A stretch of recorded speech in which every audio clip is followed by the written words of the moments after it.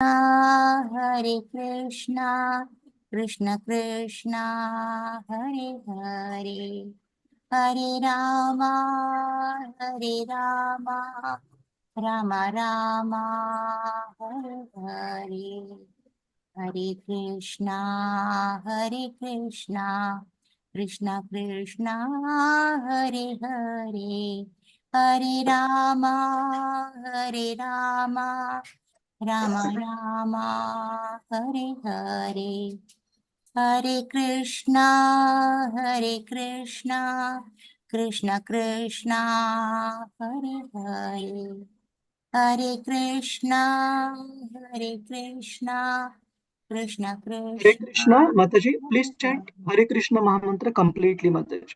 Hare Krishna, all two lines. Yeah. Hare Krishna, Hare Krishna, Krishna Krishna, Hare Hare, Hare Rama, Hare Rama, Rama Rama, Hare Hare, Hare Krishna, Hare Krishna, Krishna Krishna, Hare Hare, Hare Rama, Hare Rama, Rama Rama, Hare Hare, Hare Krishna, Hare Krishna, Krishna Krishna, Hare Hare, Hare Rama, Hare Rama, Rama Rama, Hare Hare, Hare Krishna, Hare Krishna, Krishna Krishna, Hare Hare, Hare Rama,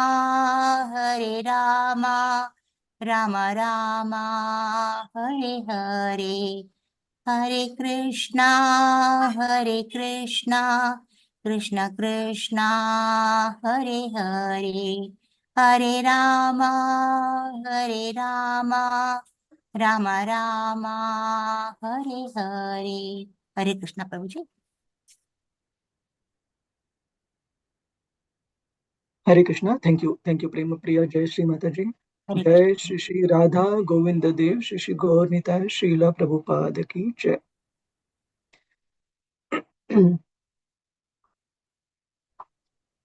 Om Namo Bhagavate Vasudevaya. Om Namo Bhagavate Vasudevaya. Om Namo Bhagavate Vasudevaya. Narayanam Namaskritya Naram Chaiva Narottamam Devim Saraswatim Vyasam Tato Jayamudiraye Nashtapraeshu Abhadreshu Nityam Bhagavat Sevaya Bhagavatir Uttama Shloki Bhaktir Bhavati Naistiki Krishnaya Vasudevaya Devaki Nandanaya Cha Nanda Gopa Kumaraya Govindaya Namo Namaha Om Ajnanatimirandasya Jnananjana Shalakaya Chakshurunmilitam Yena Tasmai Shri Gurave Namaha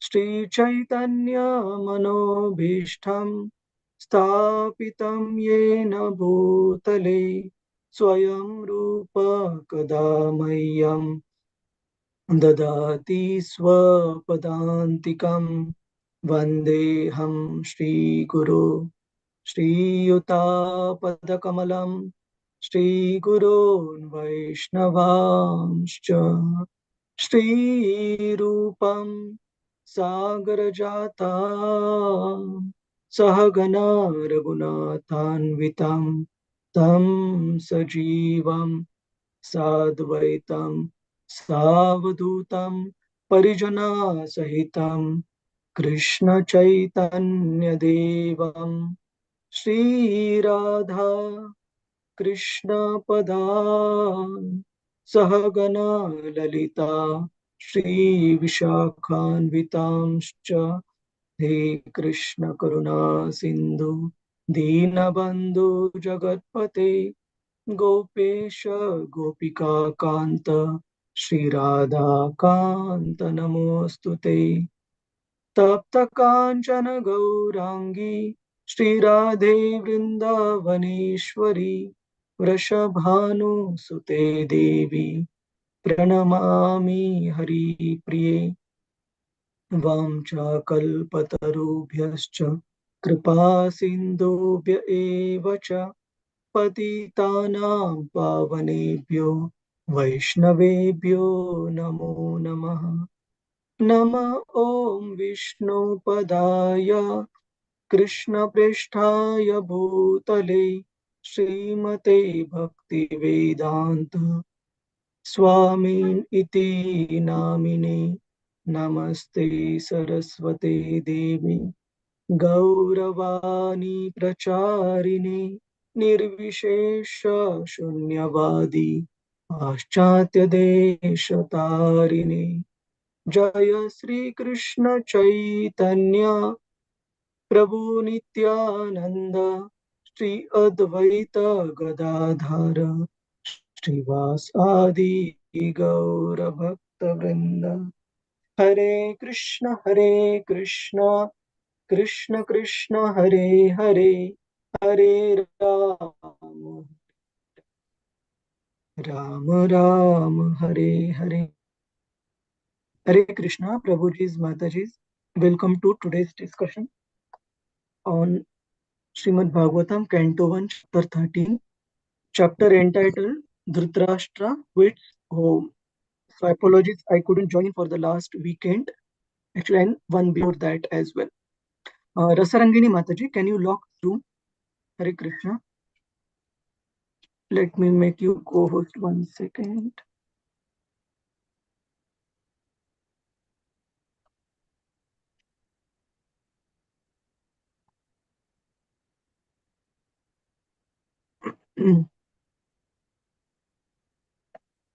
Rasarangini Mataji, are you able to lock through?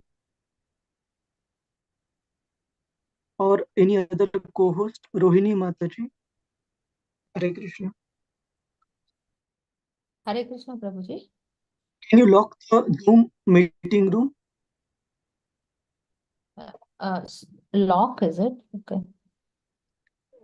Yeah.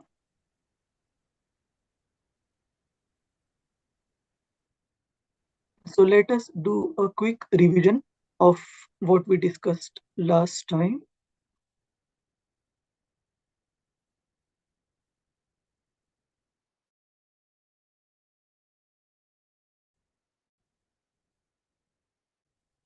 Oops.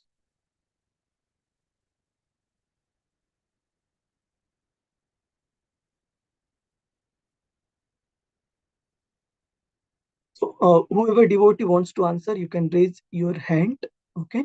We'll just quickly revise what all has gone through till now in this particular chapter before we start with today's discussion.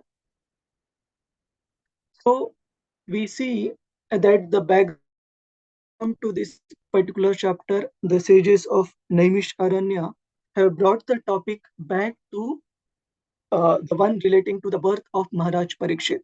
And they have specifically asked Suta Goswami, who had gone into ecstasy, remembering Lord Krishna's dealings with his pure devotees, his interaction with the pure devotees like Bhishma Dev, Kunti Maharani, Uttara, Maharaj Yudhishthir, and so on and so forth.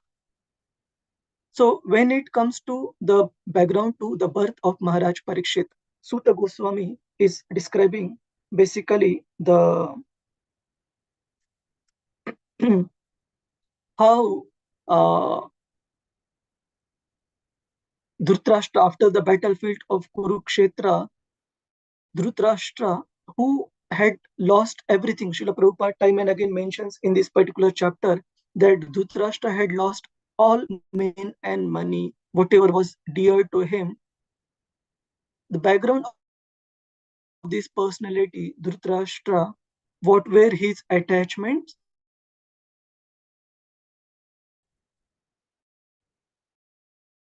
and what was the nature of character. And she was also the one taking guidance from Vyasadev, great personalities like Vyasadev. So both the great characteristics of Gandhari are mentioned, as well as some of the natural frailties of Gandhari being a woman are also mentioned. So would anybody like to mention what is the natural frailty of Gandhari that is mentioned in this particular chapter, in the beginning of this chapter? Hare Krishna. So maybe we give a minute for devotees to think. If you want, you can refer to Bhagavatam if you are holding it in front of you, or you can refer to the slides also. Rohini Mataji, Hare Krishna. Hare Krishna, Prabhuji. Yes. The frailty given mentioned for Gandhari is enviousness. She was envious of Kunti Maharani giving birth to a male child before Before her. Gandhari could give birth. Yes, yes. So Kunti Devi, in terms of the seniority of age, which Maharaj Pandu was the younger brother of Maharaj Dhritarashtra. So Kunti, ideally, Gandhari expected herself to give birth to the children before Kunti. But when she came to know that Maharaj Yudhishthir, the male child, is born out of Kunti Devi, which she conceived out of the special benediction that Kunti Devi had received, by which she could invoke various devatas. Gandhari became very perturbed and she kicked her own womb, and because of which basically she had a miscarriage, a lump of flesh came out. But because of Gandhari being under the guidance of Srila Vyasadeva subsequently had that flesh cut into 100 different parts, and basically like a test tube baby. They were all those 100 pieces were put into the culture, and 100 male children were developed out of it. So Gandhari had her desire fulfilled to give birth to 100 many different male children and raise them. That was the natural frailty of Gandhari. Then what was the exact insult that was meted out to Vidura by Duryodhan? Why did Vidura, as we see in the beginning of this particular chapter, a great description of Vidura's exalted background is given, how he was uh, technically speaking, the son of Srila Vyasadeva himself. And he was completely qualified with all the good qualities when compared within three brothers, Dhritarashtra, Pandu, and Vidura. But only because of he having been born out of a maid servant, he was not entitled to inherit the kingdom. So what was the exact insult that Duryodhana meted out to Vidura? Anyone would like to try? Hare Krishna, Prabhu, Lord Pranams. Hare Krishna, Adidev Prabhuji. Yes, Prabhuji. Dandas. So Duryodhana said to Vidura that he is the son of Dasi Putra. Yes, he was the son of Shudrani, a maid servant. And to be honest, even considering Vidura's age as an elder, as an uncle of Duryodhana, it was quite uh, unbefitting. And Srila Prabhupada mentions in the particular talk and joking between the grandson and the grandmother, that could be understood. But in this case, this particular taunt made by Duryodhana towards Vidura, it was a truth that Vidura was literally a Dasiputra, and it was quite unpalatable for Vidura to accept this insult by Duryodhana. Not only that, we also see that Vidura, seeing the envious qualities of Duryodhana and rest of the children of Dhritarashtra, had warned Dhritarashtra right from the very beginning in raising and encouraging and supporting this mentality of his children, saying that they will be the cause of destruction of both himself, Dhritarashtra, as well as his own children. And later on, when Duryodhana wanted to usurp in an unjust manner the kingdom which was due to the Pandavas, Vidura protested to Dhritarashtra, and subsequently we see Duryodhana, he directly insulting Vidura and driving him out of the home. And basically, after the insult, Vidura himself kept the weapons at the entrance of the palace, his own bow and arrow, and left from that place with nothing but only the clothes that he had on his body. So the exact insult meted out by Duryodhana was criticizing Vidura being the son of a Shudrani, of a maid servant. Feel free for other devotees also, if you want to add anything, feel free to raise your hands, Prabhuji's, Mataji's. And what after Vidura came to Hastinapur, after traveling across so many places of pilgrimages, holy places, during his travel, what was Maharaj Yudhishthir's inquiry to Vidura? Can I request Prabhuji's, Mataji's, if you are comfortable, keep the video on so that it is more personal for me to see and also ask you. If you want, you can take a minute or so to be in a comfortable position, but it would definitely act as a service to all other devotees if we can keep the video on. So anybody would like to answer what was the specific inquiry that was made by Maharaj Yudhishthir to Vidura after he returned to Hastinapur after the pilgrimages? Devotees can try. Murli Kari Prabhuji, Hare Krishna.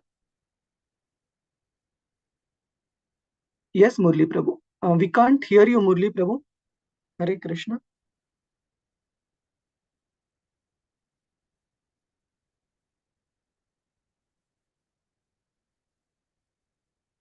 Try, or you can write on the chat if the mic is not working. Prema Prakash Haridas Prabhuji. Hare Krishna. Yes, Prabhuji. Hare Krishna, Prabhuji. Dandavat Pranam. Dandavat Prabhuji. Yudhishthir inquired in detail about the pilgrimage that Vidura had. He wanted to know how he was surviving during the pilgrimage. What did he see there, and what did he learn in the places of pilgrimage, and which saints and sages he met? Yes, thank you. Thank you, Prema Prakash Prabhuji. So Yudhishthir Maharaj was very, very curious, inquisitive about how did Vidura maintain himself in all these holy places, because he had left the home practically without taking anything with him. So how was it possible for Vidura to survive and sustain himself through all this while? And it was a significantly long period of time during which the battle of Kurukshetra got over, and subsequent after the battle happenings, including Bhishmadev's passing away, Yudhishthir Maharaj and the other members of the Kuru family being pacified by Krishna, that happened. Hare Krishna, Shama Gopika Mataji. Yeah, Hare Krishna, Prabhuji. Yes, Dandavat Pranam. Dandavat.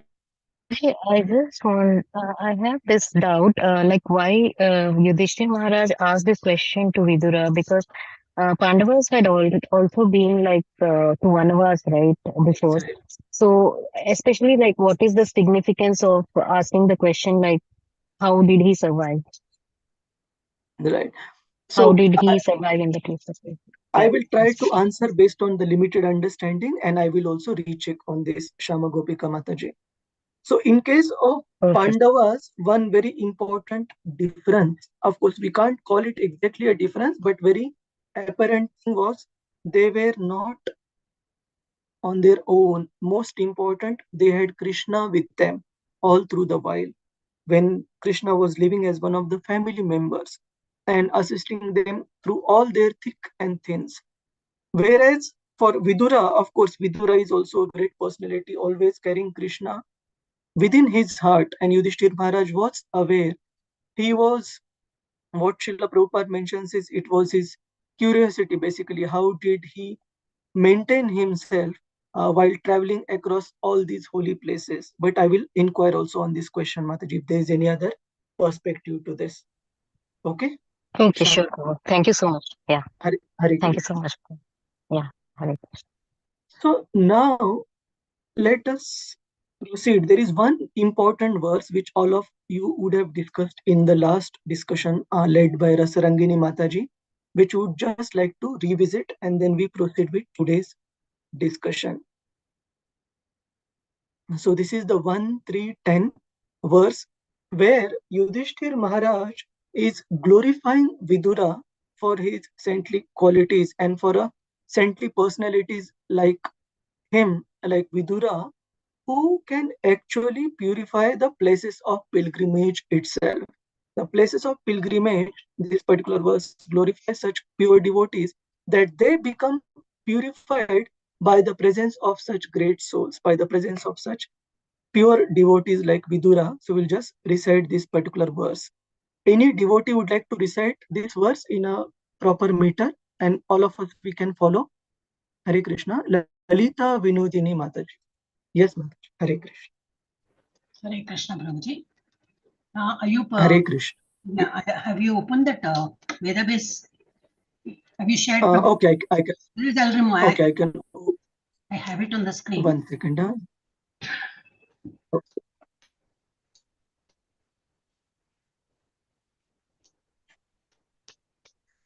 Yes, Mataji. Hare Krishna. Not shared yet, Prabhuji. You are not able to see my screen? Oh, We can see, Prabhuji. We can see Prabhuji. Okay, 1 second. I can stop sharing and share again. 1 second. oh, I'm not able to see.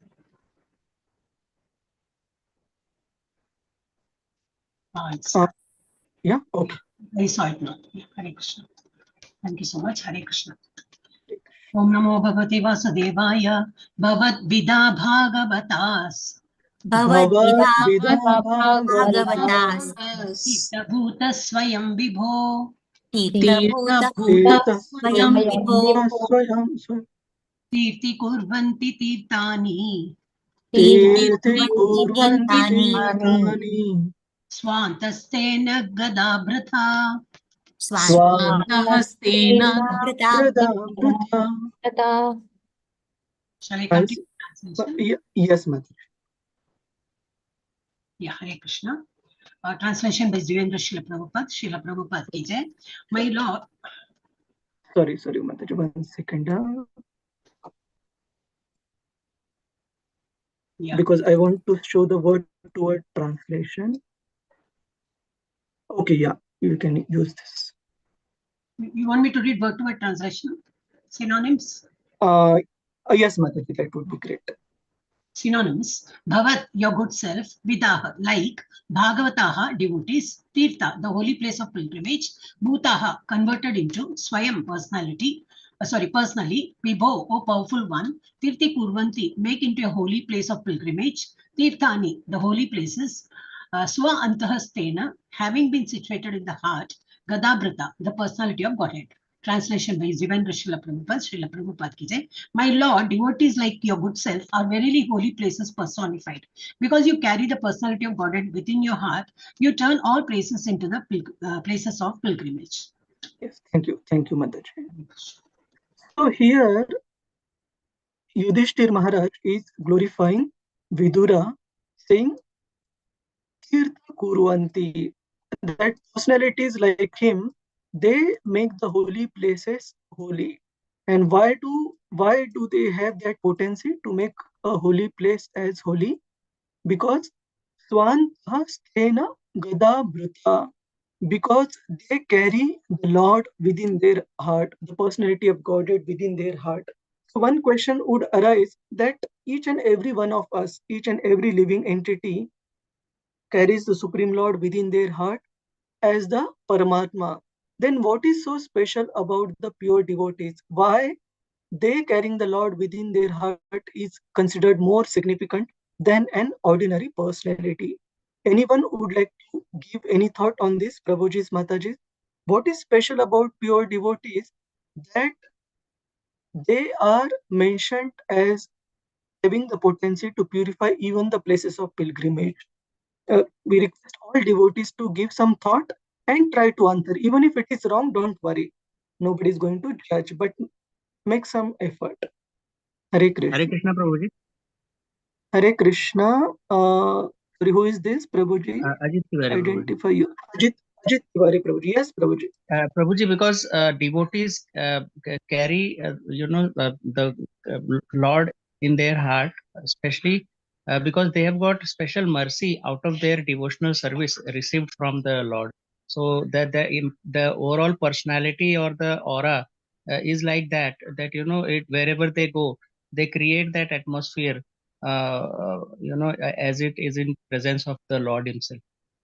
Yes, Prabhuji. very true. Thank you, Ajit Prabhu. So, devotees of the Lord, because of the mercy they have received from the Lord, and what is the result of that mercy? It is mentioned here in the translation. What happens? Because the devotees have received the mercy, what happens wherever they are present? The Lord is also manifested. The personality of Godhead is manifested wherever the devotee is present. And that's why there is also a beautiful Vaishnava song composed by great Vaishnava Acharya, Srila Narottam Das Thakur. What is this Vaishnava song? Tomaro Rudayo Sada Govinda Vishram. What is the beginning of this song? Anybody? E baro karuna karo. E baro karuna karo Vaishnava Gosai. So in this song, Narottam Das Thakur sings that such great souls like yourself, my dear Vaishnava Acharya, that you carry Govinda always is residing within your heart.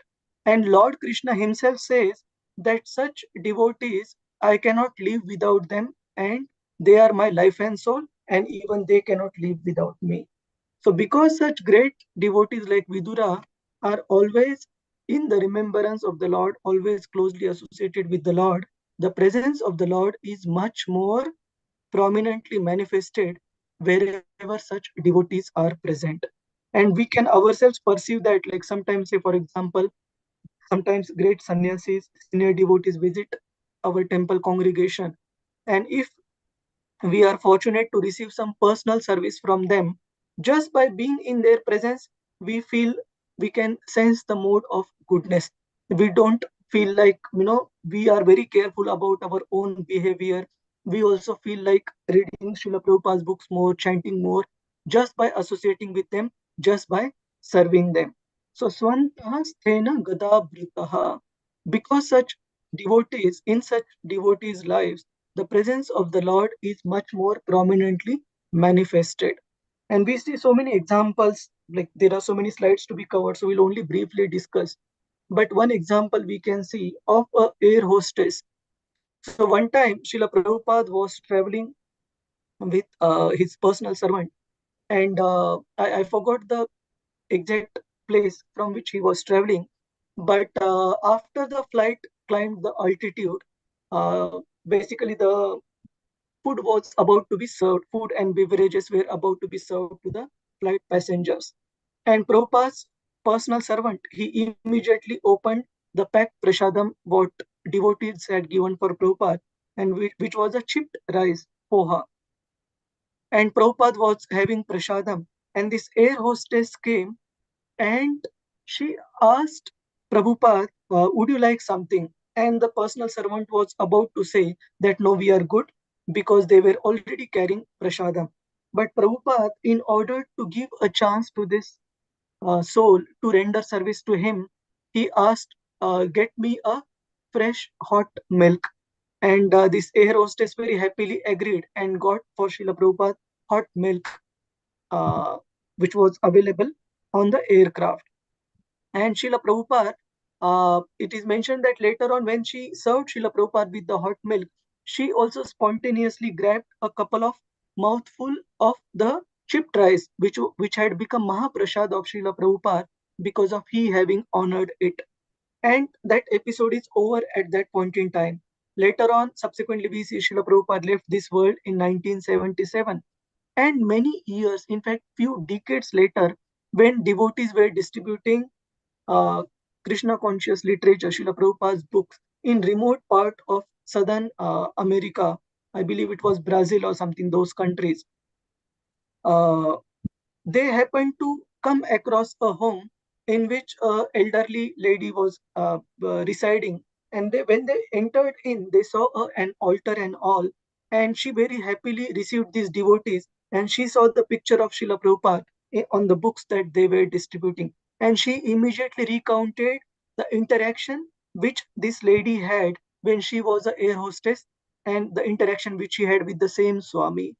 And devotees were amazed how that few minutes of interactions with a pure devotee of this air hostess, where Srila Prabhupada did not even preach, did not even get a chance to preach, just through his loving interaction, this person later on went on to become a devotee. So this is the difference between the presence of a pure devotee and manifestation of Lord Krishna prominently in the presence of such a pure devotee. And one last point we can see that when devotees used to come to Puri uh, to meet Lord Chaitanya Mahaprabhu during the time of Ratha Yatra and the Chaturmasya, so Lord Chaitanya Mahaprabhu was asked this question of who is a true Vaishnava. And Chaitanya Mahaprabhu answered the same question with three different answers at three different points in time, explaining the position of a Kanishta Adhikari, a Madhyama Adhikari, and the Uttama Adhikari. And the final answer given by Lord Chaitanya Mahaprabhu to this question was a Uttama Adhikari, a first class devotee, is that devotee by seeing him, people remember Krishna.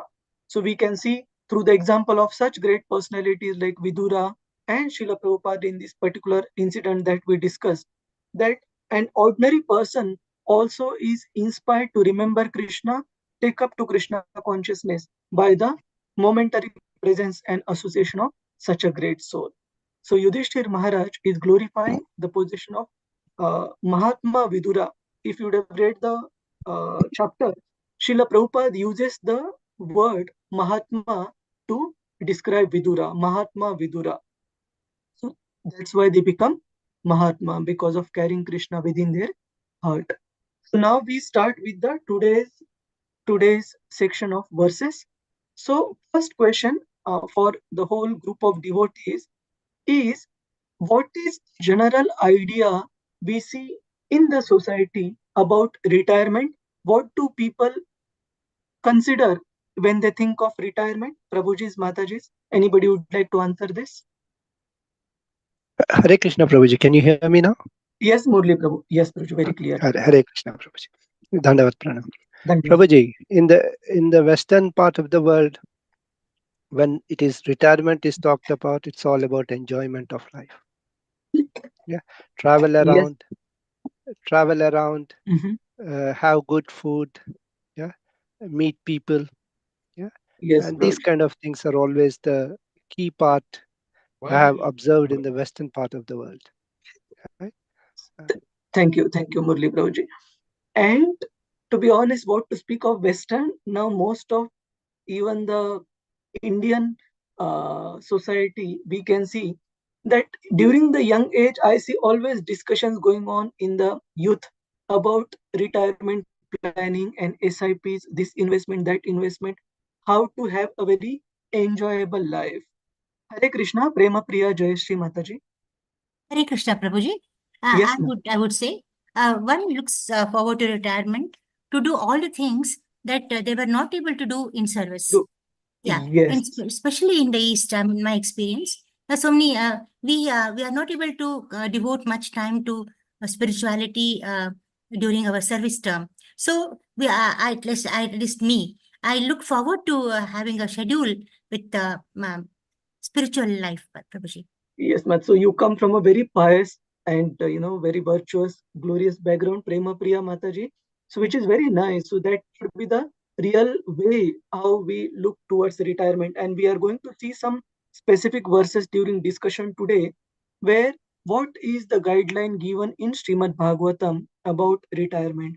Retirement, Srimad Bhagavatam does not propose at a time when our hands, legs, when our limbs are not cooperative. Srimad Bhagavatam request all of us to give a very substantial portion of one's life to pursue Krishna consciousness when the body is still valid and when the body is still able to do something substantial in our Krishna conscious endeavors. So let us see through the example today, that of Dhritarashtra, who was specifically guided through by his younger brother Vidura, who was also his guide and advisor from very early on. So let us go through these verses. 1 second. So we'll formally start with text 14 onwards. I believe Rasarangini Mataji has covered till text 15, but just for continuity sake, we'll start with text 14. So one verse earlier. Any devotee would like to recite the verse and the translation? Hare Krishna. Keep your hands raised. Gita Pradeep Mataji. Hare Krishna. Yes, Hare Mataji. Krishna, Prabhuji, Dandavat Pranams. Dandas Mataji. Kanchit kalam atavotsit Kanchit kalam athavatsit satrito devavat sukham Satruto deva sukham Chaturjeshtasya shreyasya Bhratrujeshtasya shreyaskrit Sarvesham sukham avahan Sarvesham sukham avahan. Translation. Thus Mahatma Vidura, being treated just like a godly person in his kinsman, remained there for a certain period just to rectify the mentality of his eldest brother and in this way bring happiness to all the others. Yes. Thank you, Mataji. Thank And you. there are few very important points mentioned in Srila Prabhupada's purport, where he uses the words like class and the attentive, rapt hearing of the members of the Pandava family from Vidura, while the instructions of the Vidura had been mainly meant for Dhritarashtra's upliftment. All the other members of the Pandava family, they were also hearing from him very, very attentively. And in the previous verses, you would have discussed how Maharaj Yudhishthir very nicely received Vidura, including uh, having like offering him facility to take his shower, offering him nice prasada, letting him have proper rest, and after that making him sit in a comfortable setup where he could speak and share his thoughts. So you can read the highlighted part, Mataji. Mahatma Vidura. Yes, yes. Mahatma Vidura had already adopted the renounced order of life, and therefore he did not return to his paternal palace to enjoy some material comforts. He accepted out of his own mercy what was offered to him by Maharaja Yudhishthira, but the purpose of living in the palace was to deliver his elder brother, Dhritarashtra, who was too much materially attached. Yes. Thank you. So here for Dhritarashtra, it is mentioned as he was too much materially attached. And what was the specific attachment, the degrading nature of Dhritarashtra's attachment is also mentioned. His attachment was not like ordinary person who would simply be attached to wealth and the comfort. His attachment is considered as very, very degrading for few reasons. So we'll read through that. Continue, Mataji. Dhritarashtra lost.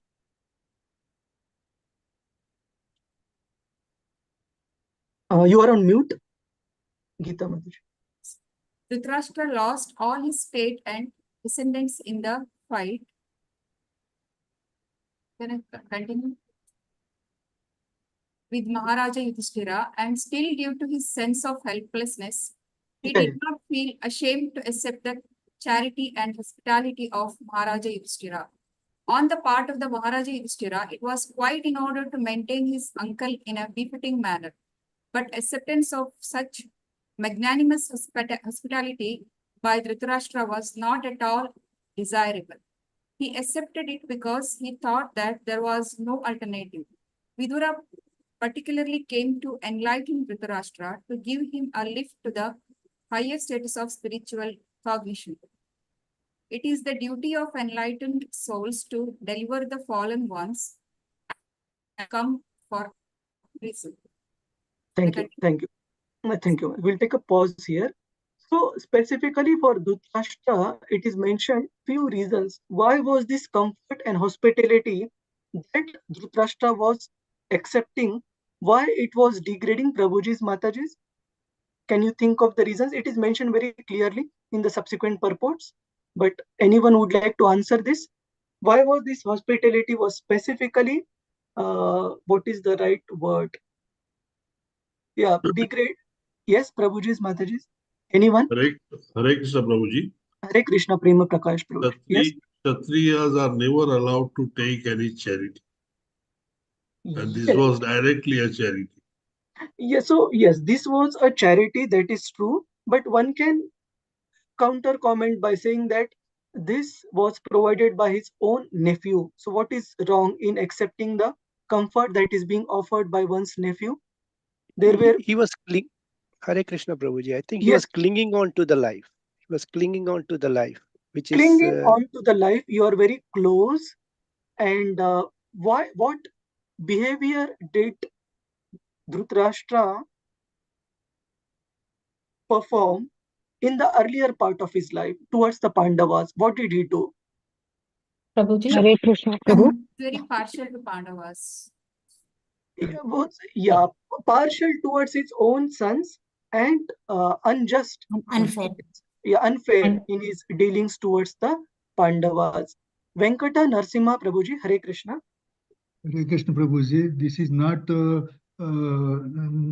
it is not wrong to stay with the some brothers' sons in general, but his behavior is rude to them and he is trying to kill them all the way and he is against them.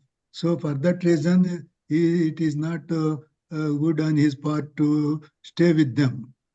Right. So it was not just unjust and unfair. Dhritarashtra had gone to the extent of trying to kill his own nephews and his sister-in-law, Kunti Devi, by poisoning Bhima, by putting them in a house of lac and setting it on fire. So he had tried all these uh, uh, mischievous means in order to eliminate the Pandavas. And after doing all this, even after the battle of Kurukshetra, finally, just in the recent past, he had tried to kill Bhima by trying to embrace him, where Krishna had put, instead of Bhima, he had him put his iron statue, which was crushed by Dhritarashtra.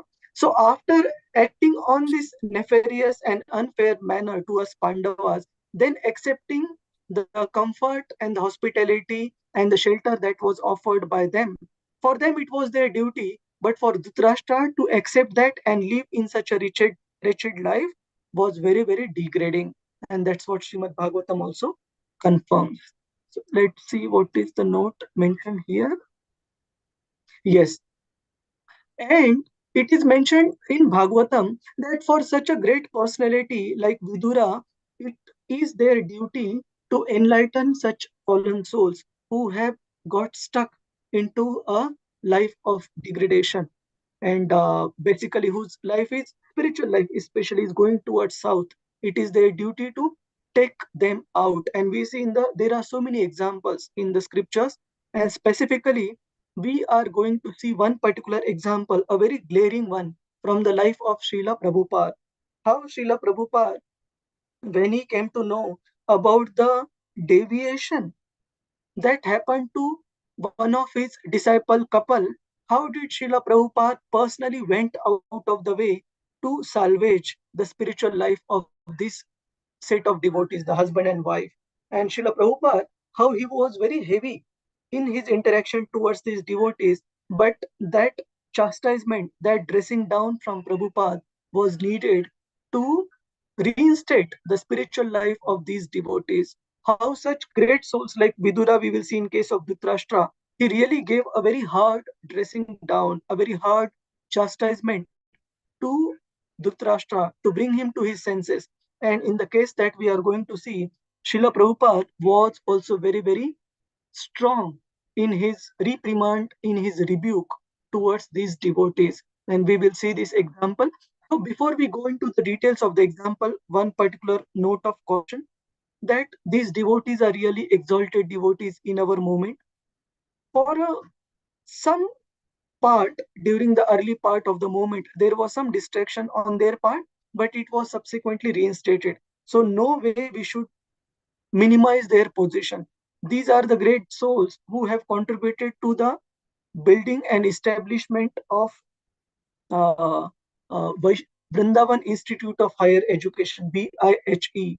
So we are going to discuss about His Grace Bhurijan Prabhu and his wife, Her Grace Jagat Tarini Mataji. What happened in their case? Let us see through. This is a bit long write-up. I just don't want to read it as it is. It will take very long. So let me give you some background, what had happened. So when Prabhupada was in Hawaii, southern part of United States, he came to know that his disciples, Bhurijan Prabhu and Jagat Tarini Mataji, who he had sent to Hong Kong to preach in late 60s and early 70s. So these were totally dedicated and devoted and surrendered souls, to the extent that Bhurijan Prabhu, his wife Jagat Tarini Mataji, this girl was selected for Bhurijan Prabhu by Srila Prabhupada himself. And Bhurijan Prabhu happened to see his would-be wife first time when the girl, along with the priest that Srila Prabhupada had sent, came to Hong Kong. So the marriage was arranged in such a way that girl would visit along with the priest to the Hong Kong. The priest would get the boy and the girl married, and husband and wife will continue the order of their spiritual master. That is, establish a Krishna conscious center in Hong Kong, temple in Hong Kong. So what happened? Srila Prabhupada came to know that one of his other disciple has got deviated in the philosophy and has falsely started considering himself as a great pure devotee, and he has basically started disturbing the basic set of sadhana practice, the basic set of preaching setup that Srila Prabhupada had given for the devotees.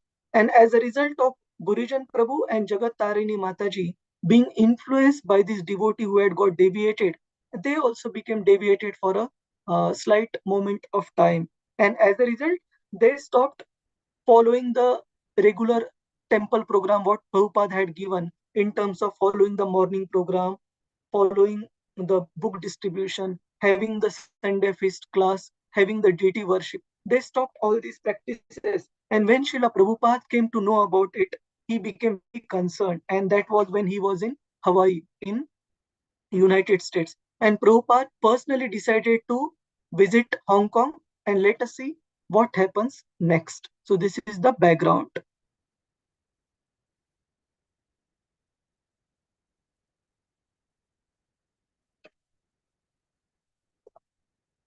Anybody would like to read Prabhuji's, Mataji's?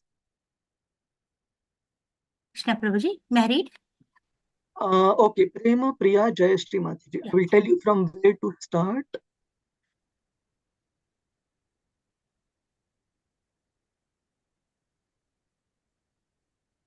Yes, you can read from here. Bhurijan wore a dhoti. From there, Prabhuji, yeah. Bhurijan wore a dhoti and his wife a sari, and they both wore Chinese Mandarin jackets. Their greetings for Srila Prabhupada was more emotional than Gopalaswami's had been in Tokyo, but they seemed frightened. Prabhupada's greeting to them was rather stern and grave. After putting the garland around Srila Prabhupada, Bhurijana stood in a trance of confusion until I butted in. What should we do with the luggage, Bhurijana Prabhu? Prabhupada was looking at them intensely, and Bhurijana and his wife looked like they were almost ready to faint. I had to repeat, what should we do with the luggage, Bhurijana Prabhu? And only then... So who is writing this? Srila Prabhupada's personal servant, who is Satswarup Das Goswami Maharaj. In this case, he is writing this memories of himself. Yeah. And only then did he move into action.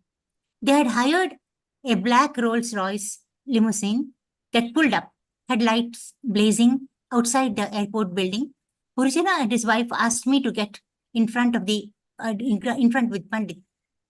Panditji, while they rode in the back with Srila Prabhupada. As we drove off and they began to talk, Jagat Tarini reached forward and closed the glass partition, dividing the front and back of the limousine. They didn't want me to hear, but I caught the gist of what was being said. They were another case of devotee who had abandoned the standard ISKCON programs influenced by Anandji. In Hawaii, Sudama had mentioned to Srila Prabhupada that Gurujana was also under Anandji's influence. And Prabhupada had replied, yes, I know that. That is why I'm going there to save him. Before Jagat Tarini had closed the partition, I had heard Prabhupada ask, who is your spiritual master? And Gurujana replied, You are Srila Prabhupada. Then Prabhupada asked, so why did you close the temple? Said Gurujana began replying, well, Prabhupada, actually we haven't been having any morning program. After that, although I couldn't hear everything, I heard Prabhupada shout, they are rascals. I guessed. Yes. So I'll take a pause here. Yeah. So what was happening that as the devotees were traveling in the car, Bhurijan Prabhu and Jagat Tarini Mataji were sitting with Prabhupada in the back portion of Rolls Royce, and Prabhupada's personal secretary Satsurup Maharaj and one Panditji who was traveling with them, and the chauffeur, the driver of the car, they were sitting in the front portions. And it being a limousine, it had a partition. So when Prabhupada started asking question that how is the temple program going and all, basically he was not getting proper answers. And Prabhupada was very strong. He asked, this same episode is also mentioned in few other books. One book by Bhurijan Prabhu himself, and where Prabhupada asked him question that are you having the morning program? And firstly, Bhurijan Prabhu and Jagat Tarini Mataji tried to defend that not many people were coming Prabhupada, so we thought of closing it. And Prabhupada immediately became very strong. He said, who is your spiritual master? Whose disciples are you? That means Prabhupada was not willing to own them as his disciples if they were not following the standard program that Prabhupada had given to the devotees. And Prabhupada was very heavy. Let us go say it. Yes, Mother, you can continue further. I also guessed. Yeah, they are rascals. I guessed that he was referring to whoever told Purijana not to have a regular temple program. I also guessed that Prabhupada was asking him what did they do as his representatives in Hong Kong. Did they worship a deity? Did they distribute books? Since Anandji discouraged much distribution of books, they probably weren't doing it. One thing was clear from a glance at the back seat. Srila Prabhupada was blasting Purijana, and Purijana and his wife were taking it as best they could, trembling and stunned. Srila Prabhupada was strongly, Thank you, Mother. So we see that sometimes the mercy of the pure devotee of the Lord, it comes in the form of such chastisement. But scriptures describe that such chastisement, if taken in right spirit, it purifies our heart of all the anarthas. As we would see in the subsequent part of this particular write-up, how Bhurijan Prabhu got purified by this chastisement by Srila Prabhupada, both Bhurijan Prabhu as well as Jagat Tarini Mataji. And in today's episode, how Dhritarashtra got purified by the heavy chastisement meted out by Vidura to him. So the point is, it is the duty of the enlightened souls. Srila Prabhupada mentions what is the meaning of sadhu. A sadhu means to, what has he mentioned? Prabhuji's Mataji's? What did Srila Prabhupada mention about sadhu? What is the sadhu's prime duty? What are they supposed to do? To direct the non-devotees on the right line, Prabhuji. Yes, right line, but there is one specific word that Srila Prabhupada has used. A sadhu means to cut the knots of material attachment. And for that cutting, if there is some dressing down that is needed in particular circumstances, a sadhu is not hesitant. Srila Prabhupada mentions in the later part of the purport, a sadhu doesn't mean just using flowery language and flattering, not at all. If required, whatever is best for the spiritual upliftment of that person, if a chastisement is needed, a sadhu won't hesitate at all. Like in the case of Vidura, to Dhritarashtra and Srila Prabhupada to, in this case, to his disciples, Burijan Prabhu and Jagat Tarini Mataji. So we will proceed, we'll come back to here. Thank you, Prema Priya Mataji. So I have shared the path link to this article in the slide deck. If you want, all of you can read through later on at your leisure. So we proceed. Any devotees have any questions, Prabhuji's, Mataji's, Hare Krishna, on this particular point? Oops. Hare Krishna, Prabhuji. Hare Krishna, Ajit Prabhu. Yes, Prabhuji, Prabhuji. I have a query, Prabhuji. So in such situation where a person like Dhritarashtra, who throughout his life was envious to even Lord, because Lord was on the Pandavas side, because they were the devotees. And one person in here, we see one character, Lord Mahatma Vidura, who throughout his life was, being a devotee of Lord. So, Prabhuji, I want to understand what is their position in spiritual lokas like Vaikunthas. What would be the position of such people like Ravana, Hiranyakashipu, or Dhritarashtra, who throughout their life they were remained envious, and at the time of death, out of the glance of the Lord, they might have been elevated. And on the other hand, the position of the devotee who always remained a devotee of Lord. So what is the difference? I think both of them would be like got the mukti, or maybe beyond mukti, because they had association of God at least once in their life. So, but the person who did not ever worship the Lord, but because of the glance, or one fortunate time, he met the Lord and he got this thing. And one person who always throughout life remained devotee. So just Yes, so very nice question. So all these personalities are mentioned in Bhagavatam only for us to learn our lessons. So Vidura, Srila Prabhupada mentions in the later part of the purports, he is an eternal associate of the Lord, one of the 12 Mahajanas, and has been given a very, very peculiar service by the Lord to punish the sinful entities. So he's Yamaraj. So although physical distance wise he is staying in a place which is on south side, but because he is one of the great authorities in devotional service, we can understand that he is with Lord always. So that is Vidura. And for all these great other personalities like Dhritarashtra, because of his material attachment, so on and so forth, their examples are given in Bhagavatam just to teach us lessons. Subsequently, they also attained perfection. That's why they are in Bhagavatam. So Bhagavatam is giving us example of all these personalities who had n number of material attachments which we can't even think of, who did all unscrupulous things which we can't even perceive of. But still, if they can perfect their life by the mercy of the pure devotees, then we also have hope. So to answer briefly, yes, they all went back to Godhead.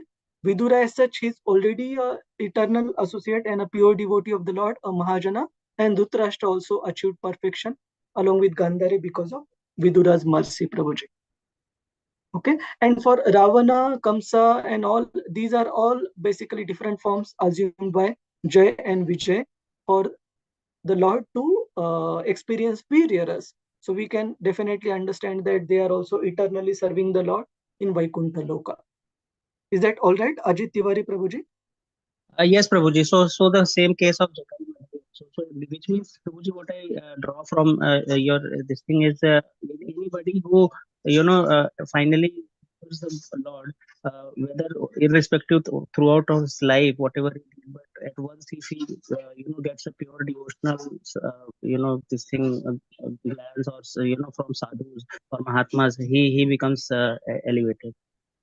Yes, but only important point here is to know that this elevation to the higher stage is not like a moment. These people literally surrendered, as we will see in the case of Dhritarashtra and Gandhari later on, right? So that surrender process is very important.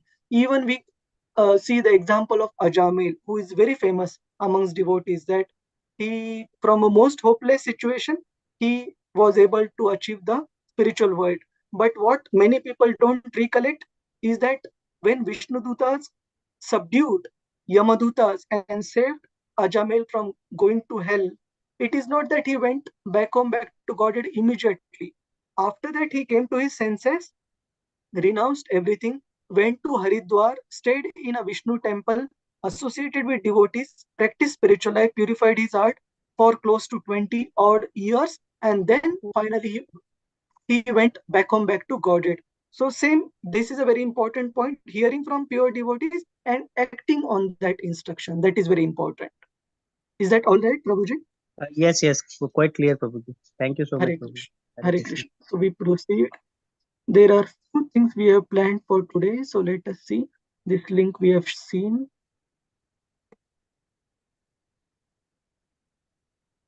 Yes. So then Bhagavatam talks about what was the special qualification of Vidura, because materially, externally speaking, he was a Dasi Putra. So how could he instruct and guide such great Kshatriya kings and personalities, including Dhritarashtra and including Maharaj Yudhishthir? So Maharaj Yudhishthir at that particular point in time when Vidura is speaking, he was a sovereign king for the entire earthly planet. So what was Vidura's qualification? Hare Krishna, Shama Gopika Mataji.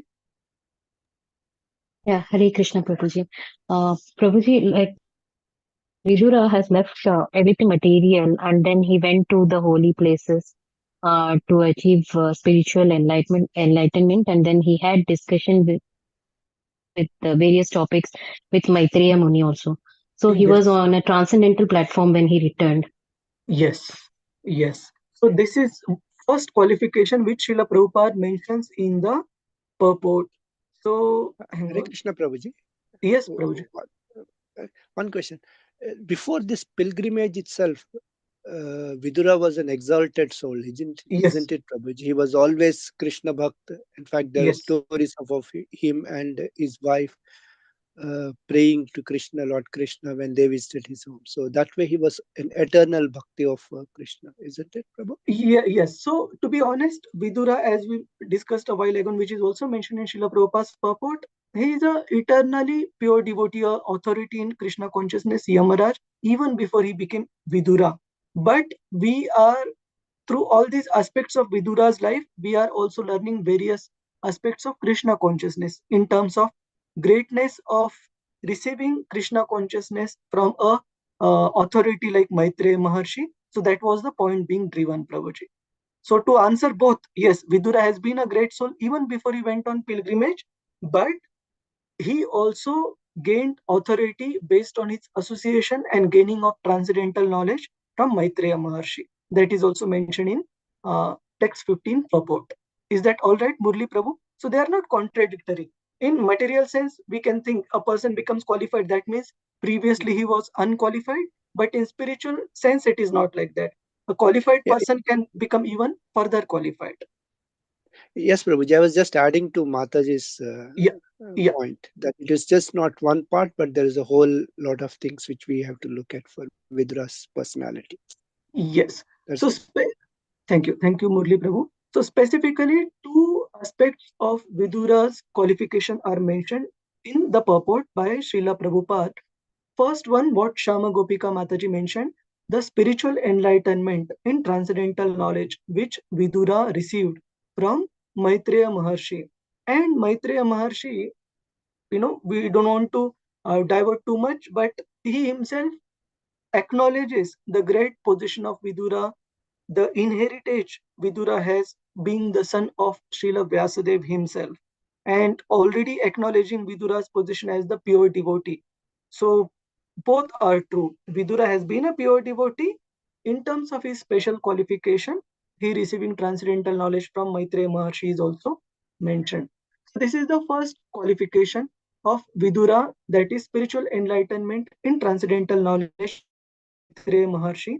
And second is what was discussed by Murli Prabhu, that actually externally speaking he was the son of a Shudra, but eternally he is the one of the Mahajanas, Yamaraj himself. And being an authority in spiritual life, it was his duty to uplift, to preach Krishna consciousness and uplift a fallen person like his own brother, Dhritarashtra. And Prabhupada mentions in the purport, being a Mahajan, it is the duty of Yamaraj, that is Vidura, to preach the cult of devotion to the people of the world as Narada, Brahma, and other Mahajanas do. So all these are Mahajanas. Any confusion, Prabhuji's, Mataji's? And Srila Prabhupada concludes this particular purport of text 15 by emphatically stating the conclusion is that Vidura was never a Shudra, but was greater than the purest type of a Brahmana. That means, outwardly speaking, he may have received his body in this material world from a Shudrani, but in terms of his actual qualification, he was never less than the pure devotee of the Lord, who is even greater than the Brahmanas. Any questions, comments, Prabhuji's, Mataji's, before we proceed? Hare Krishna. Are we going too fast? My worry is this chapter is a bit long, so I'm really not going through each recitation of the verse, translation, otherwise it will take very long. Anyone has any questions? It's all right, Prabhuji. Okay. Okay.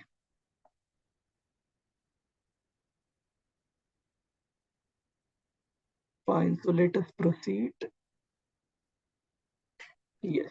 So now Bhagavatam also talks about the details of the material attachments of Dhritarashtra. There are some notes, some pointers I have mentioned here. Let's go through them. Yes. So this is the quote by Sri Chaitanya Mahaprabhu from Chaitanya Charitamrita, where he mentions that even if a person may be in any order as per the social division of Varnashram, whether a person may be a Brahmana, a Sannyasi, or a Shudra, regardless of what, or even the lower classes, including Yavanas, Chandalas, Abhira, and so many other nomads. But if he knows the science of Krishna, such a person is well qualified to become a spiritual master. And we have so many examples of these, including Valmiki, who was a highway robber, including Srila Haridas Thakur, who was born in the family of untouchables, and so on, including Brugari, and so on and so forth. So, social status is not the qualification. Knowing the knowledge of Krishna and realizing it is the qualification. So we proceed.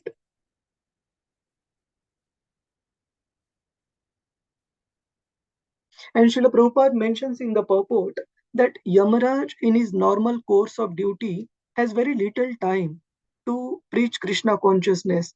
So, but now that he is born on this earthly planet as Vidura, he had this opportunity to uplift a fallen soul who was his own brother. And Srila Prabhupada mentions that that was also the reason why Manduka Muni cursed Yamaraj. The external reason was some misunderstanding, where basically there was a theft in a kingdom, and the soldiers of the king, they came searching for the thieves, and the thieves had taken shelter in the ashram of Manduka Muni, who was in meditation. And Manduka Muni didn't even realize that the thieves have entered. The thieves subsequently dropped the booty in the ashram and fled from that spot. And the soldiers of the king came to the ashram. They saw the treasure which was stolen by the thieves, and they suspected Manduka Muni himself to have stolen it. And they arrested Manduka Muni. Subsequently, the misunderstanding was cleared and Manduka Muni was released. But he was very upset with Yamaraj. How can you have given punishment to me who was engaged totally in meditation? And this misunderstanding basically resulted in Manduka Muni's curse to Yamaraj to be born as the son of a Shudrani, a maid servant, for a period of whatever limited period, 100 years or whatever. So this is the background of Vidura's appearance. But eternally he remains one of the Mahajanas. So we proceed, and Prabhupada mentions that what to speak of devotees, even Lord sometimes takes a position which is, materially speaking, a very lowly or abominable, like appearing in Varaha avatar, that of a hog. But that doesn't mean Lord becomes any less. He still remains all purifying. It is mentioned that the water that was being sprinkled because of the hog incarnation of the Lord, Varaha, basically The hawks, they sometimes they move their body and the water, the dirty water on their body, it's sprinkled all around. But in case of Lord, when he's appearing in that incarnation, that water was most purifying for Varaha avatar. So either the pure devotees of the Lord or the Lord, their position is not minimized in whatever social status they appear in. So it is mentioned, the Lord and his different authorized devotees sometimes have to play the role of many lower creatures to claim the conditioned souls. But both the Lord and his pure devotees are always in the transcendental position. So their position is not minimized.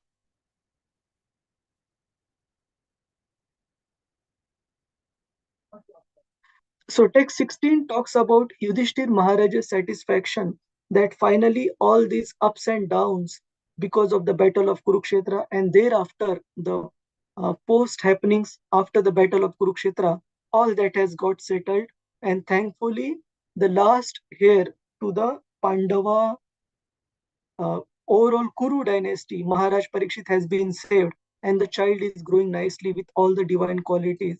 Seeing that, Maharaj Yudhishthir was uh, very happy and finally relieved.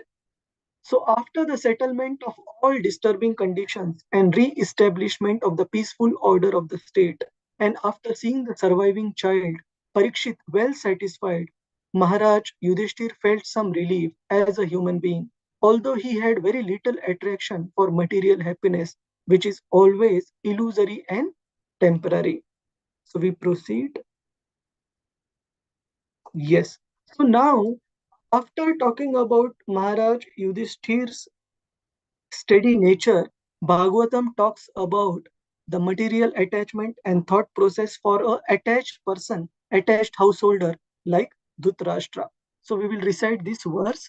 Any devotee would like to recite Prabhuji's Mataji's Hare Krishna? Text 17. Hare Krishna, quickly. If not, then I would recite Prema Shama Gopika Mataji. Hare Krishna.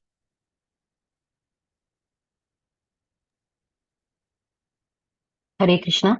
Evam गृहेषु सक्तानाम् एवं प्रमत्ता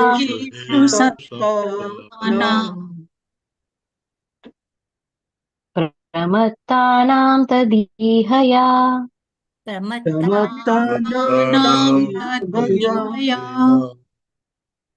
अत्यक्रामद् अविज्ञातः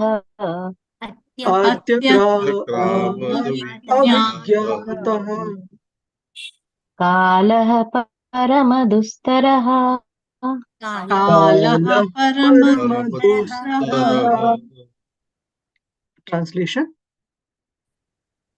Translation.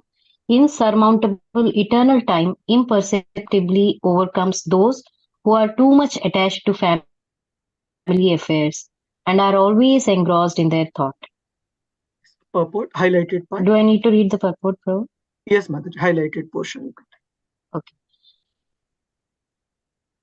Transcendental purport by Srila Prabhupada ki jai. I'm now happy. I have everything in order. My bank balance is quite enough. Children, enough estate. I am now successful. The poor beggar sannyasis depend on God, but they come to beg from me. Therefore, I am more than Supreme God. These are some of the thoughts which engross the insanely attached householder who is blind to the passing of eternal time. Our duration of life is measured, and no one is able to enhance it even by a second against the scheduled time ordained by the supreme will. Such valuable time, especially for the human being, should be cautiously spent because even a second passed away imperceptibly cannot be replaced, even in exchange for thousands of golden coins amassed by the hard labor. Thank you, Mataji. So here, Srimad Bhagavatam is condemning the thought process, the way of thinking by such attached householders like Dhritarashtra, who considered gaining the kingdom and retaining the kingdom and having the material comfort as all in all. Please continue, Mataji, the yellow part. Okay, sir. The material body, which is subject to birth and death, diseases and old age, is the cause of all sufferings of the living being. Otherwise, the living being is eternal. He is never born, nor does he ever die. Foolish persons forget this problem. They do not know at all how to solve the problems of life, but become engrossed in temporary family affairs, not knowing that eternal time is passing away imperceptibly, and that their measured duration of life is diminishing every second, without any solution to the big problem, namely repetition of birth and death, disease and old age. This is called illusion. Yes. And therefore, Do I need to continue? Yeah. Okay. Therefore, any comfort of life or any material happiness which does not warrant an eternal life is but illusion for the eternal living being. One who understands this factually is learned, and such a learned person can sacrifice any amount of material happiness to achieve the desired goal known as Brahma Sukham or absolute happiness. Real transcendentalists are hungry for this happiness, and as a hungry man cannot be made happy by all comforts of life minus foodstuff, so the man hungry for eternal absolute happiness cannot be satisfied by any amount of material happiness. yes, thank you, Mataji. So in case of Thank you. Dhritarashtra, it is mentioned that his thought process was that, okay, now I have lost my children, I have lost everything that I desired for, that I craved for, but I don't have any option. But Bhagavatam is contesting this particular thought process of Dhritarashtra, that I don't have any option but to accept this comfort from Yudhishthir and lead rest of my life. Bhagavatam does not agree with this. Shama Gopika Mataji, please continue with this part, the highlighted part. Sorry, the slide. Okay. Dhritarashtra was the eldest son of his father, and therefore, according to the law, he was to be installed on the throne of Hastinapura. But because he was blind from birth, he was disqualified from his rightful claim. But he could not forget the bereavement, and his disappointment was somewhat compensated after the death of Pandu, his younger brother. His younger brother left behind him some minor children, and Dhritarashtra became the natural guardian of them. But at heart, he wanted to become the factual king and hand the kingdom over to his own sons headed by Duryodhana.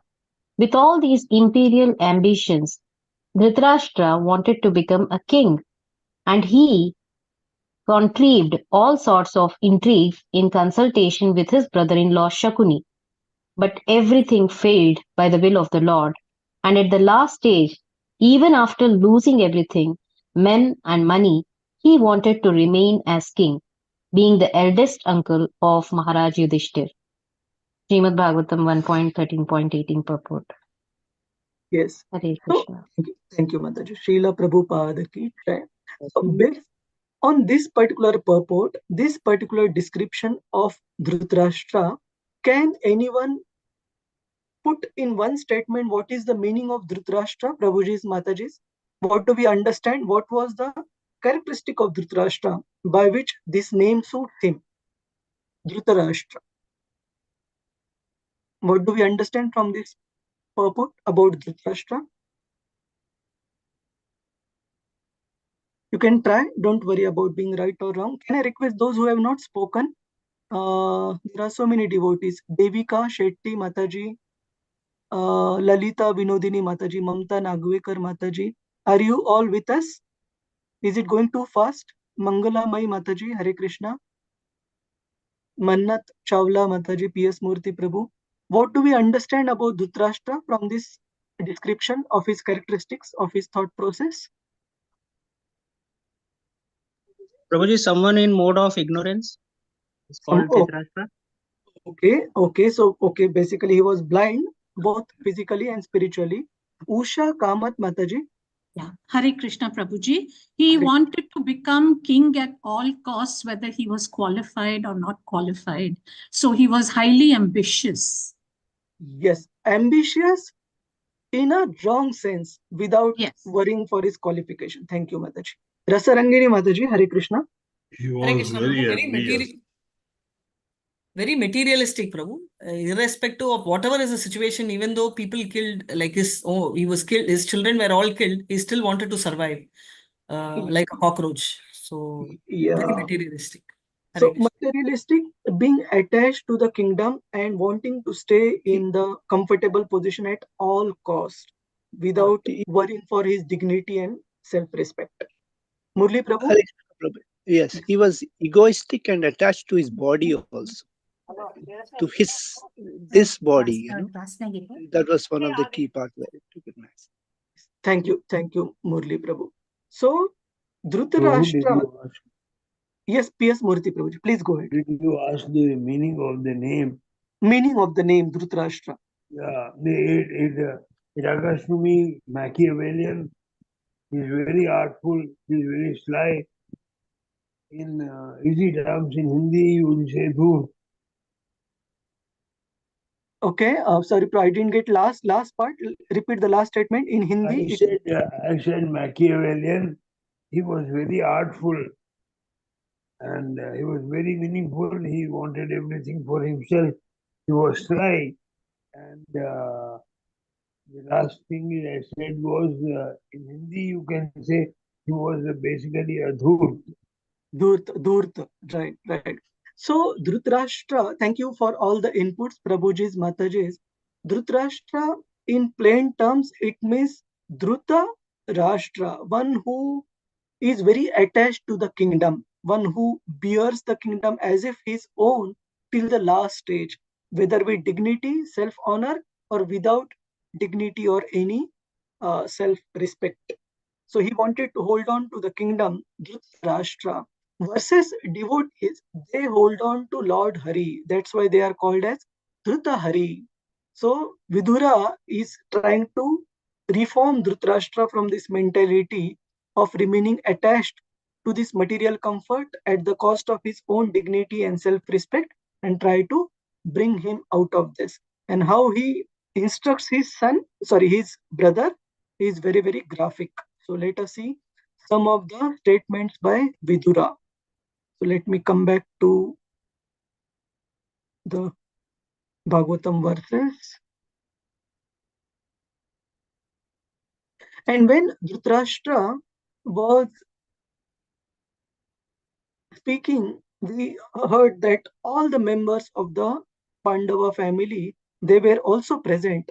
But when Vidura was speaking, the instructions were specifically meant for Dhritarashtra. So let us recite this verse. There is one word in this verse which Vidura has pronounced sarcastically in order to direct it towards Dhritarashtra. So we will recite this verse first. Any devotee would like to recite once? Text 18. Hare Krishna.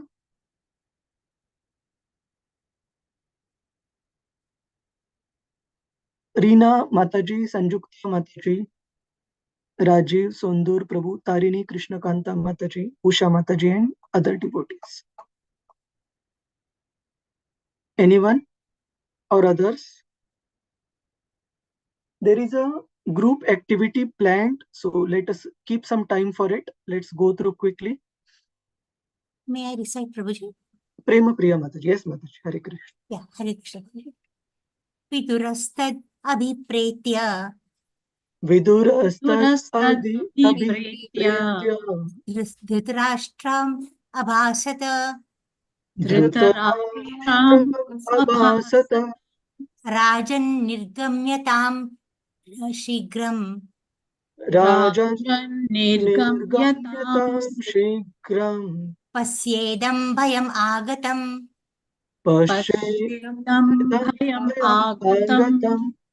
Thank you.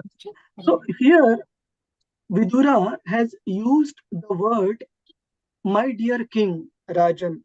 So who were sitting in front of Vidura? Both Dhritarashtra, King Yudhishthir, and other family members. And who was the sovereign king at that point in time? Maharaj Yudhishthir. So normally speaking, this word Rajan would mean to address Maharaj Yudhishthir. But because the frailties of an attached householder that Vidura was addressing, Vidura also knew that Rajan is addressing it towards Dhritarashtra, because even if he is not a Raja, sovereign king, he considers himself being the eldest uncle of Yudhishthir Maharaj. And even Yudhishthir and other family members also understood that Vidura is specifically addressing his instructions to Dhritarashtra. So here Prabhupada writes in the purport, as a matter of fact, everyone in the royal palace, including the king and his brothers and mother, was raptly attending the lectures, but it was known to Vidura that his instructions were especially meant for Dhritarashtra, who was too materialistic. So he is being addressed as Rajan, just to pinpoint that this is the problem with your mentality, my dear brother.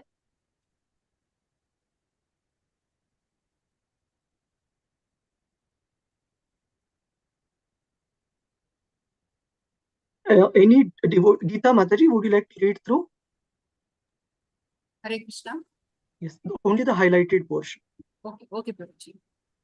Maharaja Yudhishthira, as a matter of duty, maintained Dhritarashtra in royal honor, and Dhritarashtra was happily passing away his numbered days in the illusion of being a king or the royal uncle of King Yudhishthira. Vidura, as a saint and as the duty-bound affectionate youngest brother of Dhritarashtra, wanted to awaken Dhritarashtra from his slumber of disease and old age.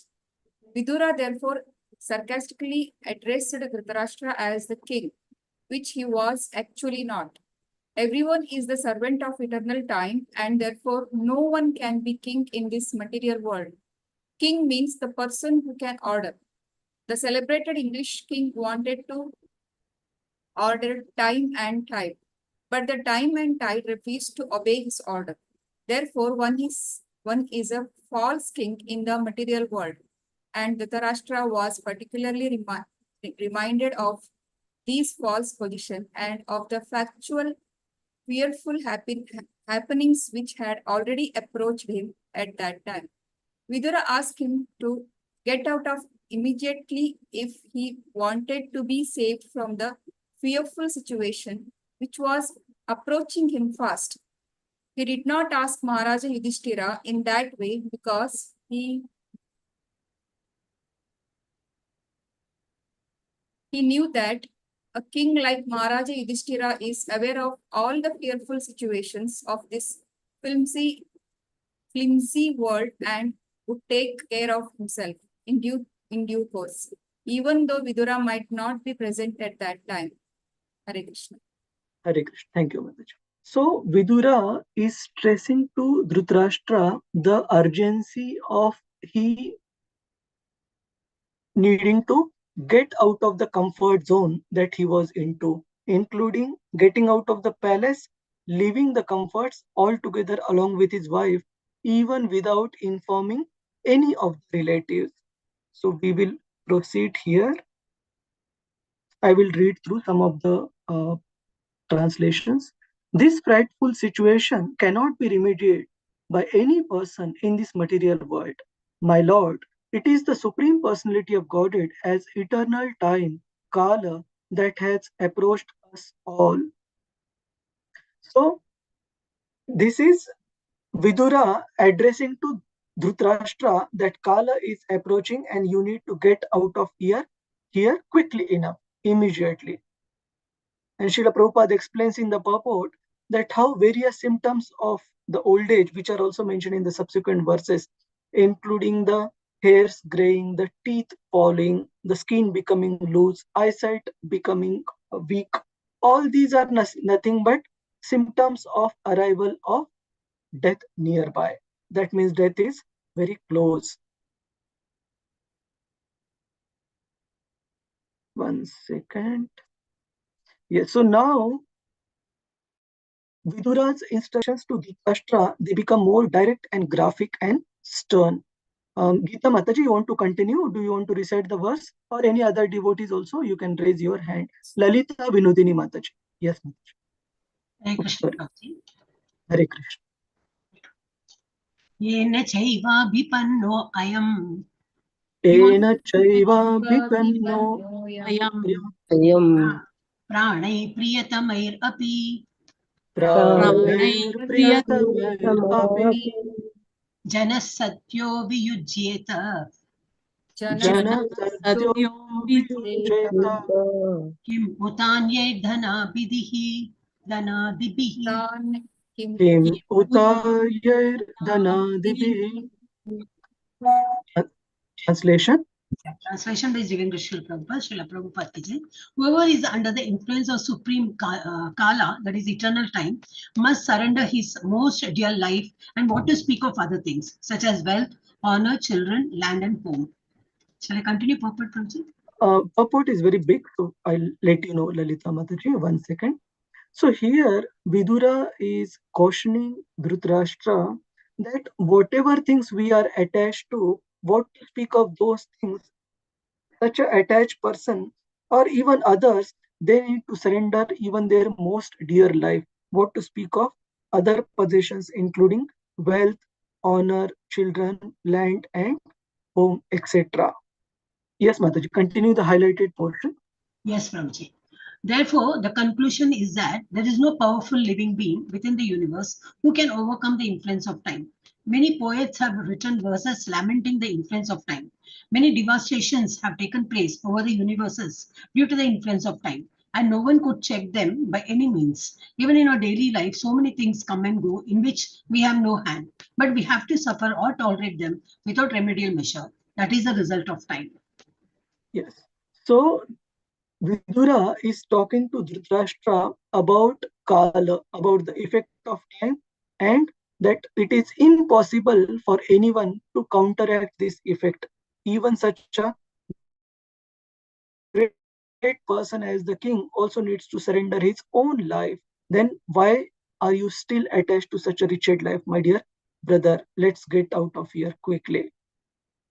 And in next 2-3 verses, we see that these instructions become graphic to the extent that Vidura calls Dhritarashtra that you are living at the mercy of Yudhishthir Maharaj Pandavas, and specifically accepting foodstuff thrown by Bhimasen. Of course, Bhima never threw the foodstuff, but thrown means given by the same person who Dhritarashtra had tried to kill many times before. Just the highlighted part, you can continue, Lalita Vinodini Mataji, the king. Hare Krishna. Purport by Govinda Srila Prabhupada ki jai. The king is reminded of his precarious condition, influenced by cruel time, and by his past experience, he should have been more intelligent to see what was going to happen to his own life. So he had lost all men and money, and now he was living at the mercy of his nephew, whom he had put into troubles of various types. And despite all these reverses, he thought that he would prolong his life more and more. Vidura wanted to point out to Dhritarashtra that everyone has to protect himself by his action and the grace of the Lord. One has to execute his duty faithfully, depending for the result on the supreme authority. No friend, no children, no father, no brother, no state, and no one else can protect a person who is not protected by the Supreme Lord. Supreme Lord. Yes, thank you. So there is a very nice Vaishnava bhajan by one of our Vaishnava poets, Govinda Das Kaviraj. So this Bhajau Re Mana, it was one of the favorite bhajans of Srila Prabhupada and even the predecessor acharyas like Bhakti Siddhanta Saraswati Thakur. And in this composition, Govinda Das writes, Ye dhana yaubana putra parijana iti kiya che parati tire kamala dala jala jivana tala mala bajahu hari pada nitire. So he says that all this wealth, youth, children, and near and dear ones, the relatives ones, all these cannot help ones at the last stage. Why? Because the life is tottering like a drop of water on a lotus petal. So on a lotus petal, the drop of water can fall off any point in time. So that's why one should always take shelter of the lotus feet of Lord Hari and worship Lord Hari. So here even Vidura is telling Dhritarashtra that no one else can protect a person who is not protected by the Lord. So better you take shelter of the Lord. And we'll directly go to that verse. Subsequent verse explains how Dhritarashtra's own body is dwindling, and Vidura points this out to him. That means you are coming more closer to death, my dear brother. You have been blind from your very birth, and recently you have become hard of hearing. Your memory is shortened, and your intelligence is disturbed. Your teeth are loose, and your liver is defective, and you are coughing up mucus.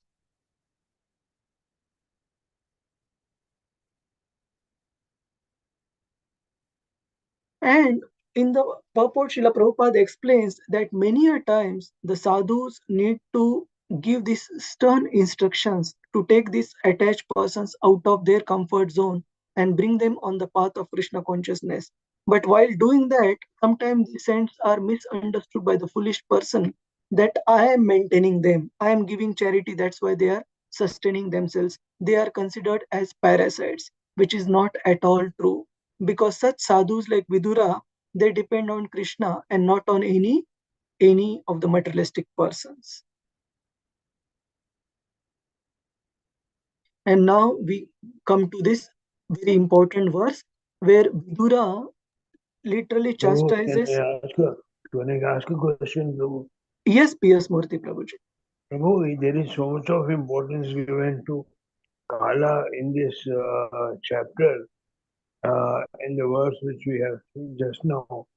But later in the 11th chapter, they say Kala is immaterial. It says in the verse in the 11th canto that Nayam Janoma Sukha Sukha Hetu Na Devatatma Graha Karma Kala. Tell me the exact number. Immaterial. I think Prabhu, 11th canto, 23rd chapter, 42nd verse.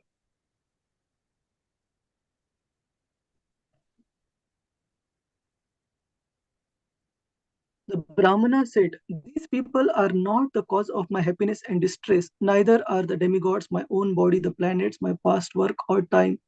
Prabhuji, this is the teaching by the Avanti Brahmana, which is mentioned in a different context. Okay, so Kala, as long as we are in the material world, the influence of Kala would remain. Only when we go back to spiritual world, the time is conspicuous by its absence.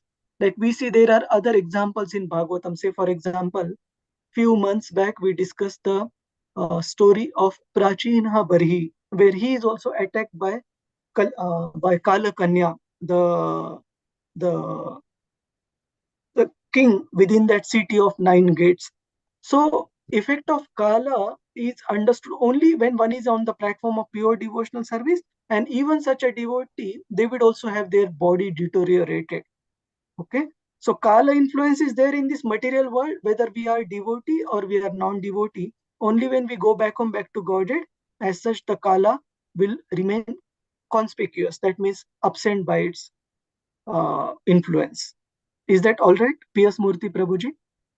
No, but in the same canto, he is talking of this verse in connection with the material life, the influence of the mind and the interpretation of happiness and sorrow, and that is what is highlighting that everything is all in the mind.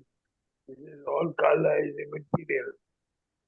Yes, so coming back to this particular verse that we are discussing, the influence of Kala is definitely visible, and it is Bhagavatam, this particular portion mentions that each and every moment that is lost in without remembering Krishna, one is becoming one step closer to death.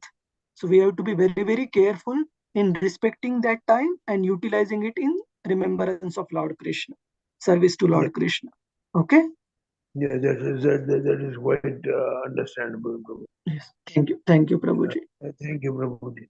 Hare Krishna. So now we come to one verse, and after that verse, probably we will have the group activity, which would conclude the discussion today. So this verse is very important, where Vidura is literally chastising Dhritarashtra, calling him being kept like a pet dog. So let's recite this verse once. Lalita Mataji, please continue. Hare Krishna, Prabhuji. Hare Krishna. Aho mahiyasi jantur. Aho mahiyasi mahiyasi jantur. jantur. Jivitasha yata bhavan. Jivitasha yatha bhavan. Bhima pavarjitam pindam. Bhima pavarjitam pindam. Adatte grihapalavat. Adatte grihapalavat. So this particular line, the last two lines, Bhima pavarjitam pindam adatte grihapalavat. Grihapalavat means like a kept dog, like a pet household dog. Yes, Mataji, translation. Hare Krishna, translation by Govinda Srila Prabhupada, Srila Prabhupada ki jai. Alas, how powerful are the hopes of the living being to continue his life. Verily, you are living just like a household dog and are eating remnants of food given by Bhima. Bhima. And why specifically Bhima is being pointed here? What was the connection we discussed? Because he wanted to kill Bhima. Yes, Rohini Mataji. After the Kurukshetra war, when they came back, Bhima, when he went to take his blessings, he hugged him so tightly that he wanted to kill him. So Krishna had actually put a iron statue in front of him instead of the real Bhima. Yes. So such Bhima, the personality who you considered in an inimical mood, and in the purport Prabhupada mentions, because the same Bhimasen had also killed two of most favorite sons of Dhritarashtra, namely Duryodhan and Dushasan. So same Bhimasen is now giving you food, you are accepting it, my dear brother. I am staying very happily in a comfort zone. So at least feel some shame that you should keep some dignity and self-respect. Of course, Bhima is all righteous in giving the honor and comfort to his uncle. But on Dhritarashtra's part, it is very, very improper to accept that comfort. And later on in the purport, we'll continue. He means Dhritarashtra. He had become a pauper in the true sense, yet he wanted to live comfortably in the house of Pandavas, of whom Bhima is especially mentioned because personally he killed two prominent sons of Dhritarashtra.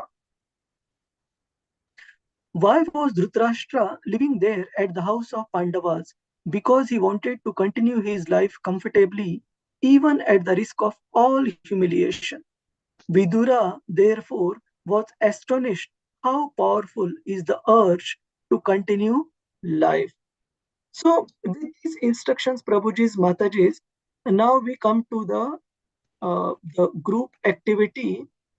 In your last discussion, Prabhuji's, Mataji's, led by Rasarangini Mataji, you would have seen that Vidura basically being inquired by Yudhishthir Maharaj and the Pandavas about the well-being of residents of Dwaraka, and where he mentioned everything except for mentioning the demise of Dwarkavasis, the Yadus. He didn't mention that, and Prabhupada mentions the reason that Vidura did not want to put the Pandavas into distress by telling them about the demise and destruction of Yadu dynasty.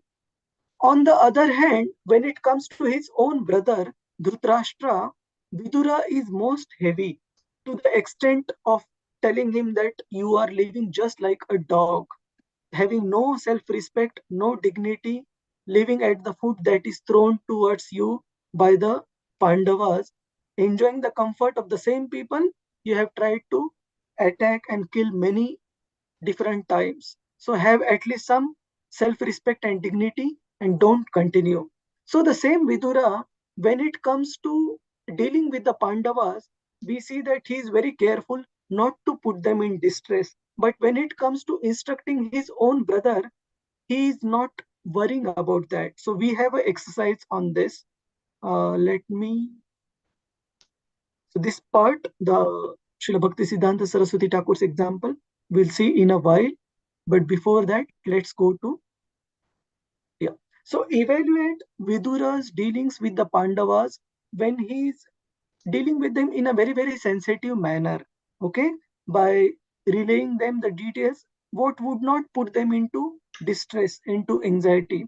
But when it comes to Dhritarashtra, he's instructing him in a very, very straightforward, upfront manner, even calling him like a dog. So how do we understand these two dealings of Vidura? His dealings with the Pandavas versus with Dhritarashtra. What is the difference and why that difference is there? So I'm just thinking, if we have enough time for breakout rooms, is it okay if we make breakout rooms? There will be quite a few devotees, but give your own thoughts and mention 2 or maximum 3 reasons why is Vidura's interaction with the Pandavas different than his interaction with Dhritarashtra. And what was that difference? Hare Krishna, Prabhuji. Yes, Prabhuji. Hare Krishna. Knowing the time constraint, maybe we can start this breakout room Classroom. beginning next session, Prabhuji. Will that be a good Sure. idea? Yeah, because currently, we are I'm just just 10 minutes thinking. before the end of the hour. Okay, so let us have this as a classroom discussion. So everyone take about 2 to 3 minutes to review this set of verses, and then devotees can raise their hands, Prabhuji's, Mataji's. Okay, so take some few minutes to go through these verses and tell us what do we understand by difference in Vidura's dealings with Pandavas versus with Dhritarashtra. First of all, do we understand a difference? What is that difference and why is that difference? Okay, and we request all devotees put effort in checking this and share your thoughts. Okay, Hare Krishna.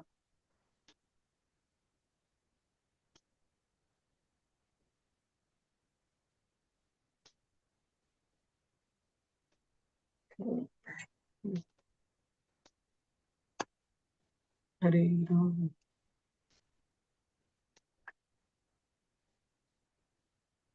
And whenever you are ready, you can raise your hand. No rush. Take your time. Read through properly.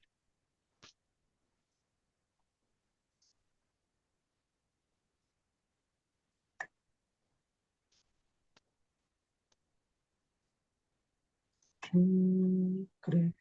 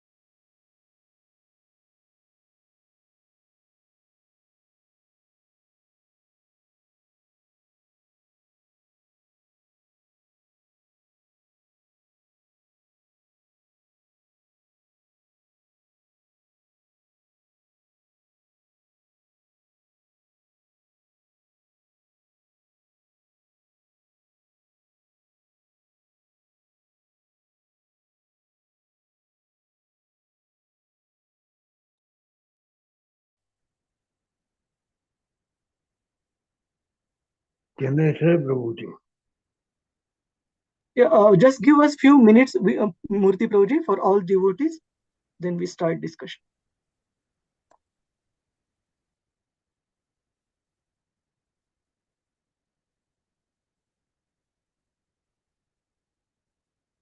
And we request other devotees also to raise your hands. Even if you are not right, that is fine, Prabhuji's Matajis. At least we will try. Okay. Ishwari Murari Priya Mataji, Jagadananda Murari Prabhuji, Hare Krishna. You can also try. Adidev Gopesh Prabhu, Devika Mataji, and so on and so forth.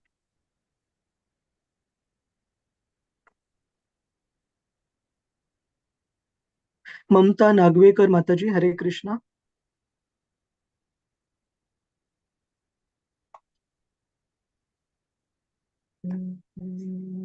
Krishna.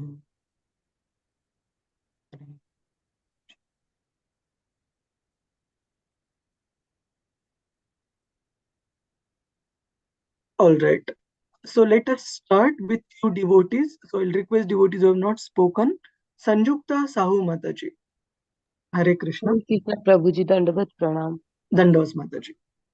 Prabhuji, Pandavas are always in like they are in spiritual path. So their Vidura was affectionate and Vidura wanted them to guidance. Whereas Dhritarashtra, he was blind and his like all activities are also like very wrong. So there in that case, Vidura's was like it's Vidura's duty to tell him. Yes, Hare it Krishna. was his duty. And moreover, Dhritarashtra's case was a case of urgency. We hear that his teeth were falling, liver was getting affected, his body was getting old. So Dhritarashtra was very, very close to death and he was not at all prepared. And for Pandavas, as you rightly mentioned, they were great devotees of the Lord. Bhagavatam mentions that even if Vidura was absent, he was confident of Yudhishthir Maharaj still managing his journey towards back home, back to Godhead.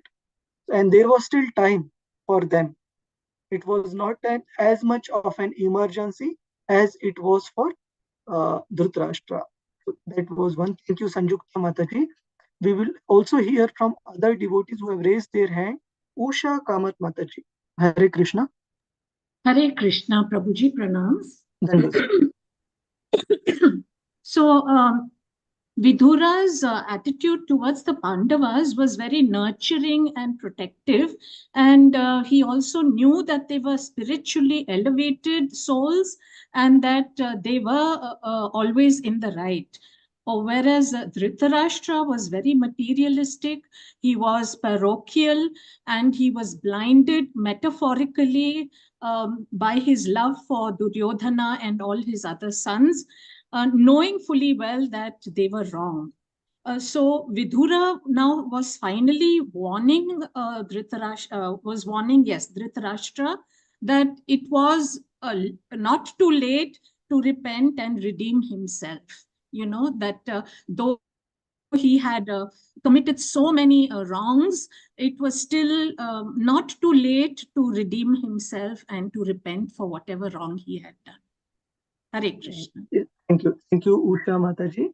Basically, Pandavas had multiple chance and opportunities still to perfect their lives and they were quite well prepared. But for Dhritarashtra, it was his one and last chance to redeem himself. Thank you, Mataji. Maybe we'll have one or two more devotees. Shama Gopika Mataji, Hare Krishna. You can unmute. Hare Shama Krishna, Prabhuji. Hare Krishna. Yeah, Hare Krishna.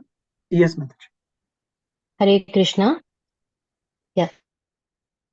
Prabhuji, in text 23 purport, Srila Prabhupada has mentioned, persons like Dhritarashtra try to make plans to live there in a comfortable position with profit and interest, for they do not see the things as they are. So Dhritarashtra is blind and continues to hope to live comfortably in the midst of all kinds of reverses of life. So a sadhu like Vidura is meant to awaken such blind persons and thus help them go back to Godhead where life is eternal. So this is an important point where it is said, I mean, because Dhritarashtra is blind and he continues to be blind. I mean, even after losing everything, but still he continues to enjoy the kingdom, as his name mentions, like Dhritarashtra, he's attached to the kingdom. So that is why, as a brother who has got everything, like Vidura is also feeling obliged to give Dhritarashtra back. Means he got everything from Dhritarashtra, and he want to also he feel obliged to, do something good for Dhritarashtra, and that's why he has spoken such harsh words to Dhritarashtra. As we see, like in case of Srila Prabhupada also, he sometimes speaks very harsh words, but that is for our good, our own good. So similarly, like Vidura is also speaking those harsh words to Dhritarashtra. But in case of Pandavas, Pandavas are already like on the right path, and Vidura knows quite well about Pandavas that they always carry like Lord Krishna with them in their heart. So and also like in one of the purport, Prabhupada has mentioned that according to Niti Shastra, one should not speak an unpalatable truth to cause distress to others. So distress comes upon its own way by laws of nature. So one should not aggravate it by propaganda. Yes. Yeah. So this is the difference, Prabhu. Thank you, Mataji. So in case of Dhritarashtra, the illusion was much more stronger. It was thicker. Whereas for Pandavas, they were already enlightened. So, and Bhagavata mentioned that they were capable of taking care of themselves, basically the spiritual upliftment. But for Dhritarashtra, the illusion was very, very strong. So maybe we'll have one or two more devotees share their thoughts. Murli, Kari Prabhu, and then finally we'll conclude with P.S. Murthy Prabhuji. Murli Prabhuji, Hare Krishna. You can unmute, Murli Prabhu. Hare Krishna, Prabhuji. Yes. Prabhuji, everyone has spoken very given appropriate reasons, Prabhuji. Not much is left from my side, but only thing is we look it from 2 points. One is the attitude of Vidura. Okay, Vidura, he's a very well learned person. He knows what is what. Okay, so he is dealing with 2 sets of people. One is tamasic and one other is sattvic. Okay, in the case of tamasic, he had to speak the truth the way it is, yeah, so that he could uplift them to a higher level of spirituality. Whereas in the case of Yudhishthira, as Mataji mentioned, citing Niti Shastra, as Prabhupada has mentioned in his part, there was no need for him to give a distressing news and to make them distress already, because they have already suffered a lot, okay, yes, in their life. So from that perspective, these 2 points are covered, Prabhu. Yeah? Thank you, Murli Prabhu. And maybe we'll have P.S. Murthy Prabhu. You can unmute. Prabhu, most of the things are added or already said. The only thing is, I can only summarize that Dhritarashtra, Pandavas never demonstrated the degraded qualities which Dhritarashtra has. Dhritarashtra throughout his life demonstrated the degraded qualities, and at the end of his life, he was unwilling to die and live on alms a blessed life. So there is a very demonstrated difference in the Mahajana Sadhu's job, like Vidura, was to awaken these people like Dhritarashtra and not Pandavas, because they were already spiritually very advanced. Thank you, P.S. Murthy Prabhuji. So with this, we conclude a very important section of this particular part of Srimad Bhagavatam, which is Vidura's instruction to Dhritarashtra.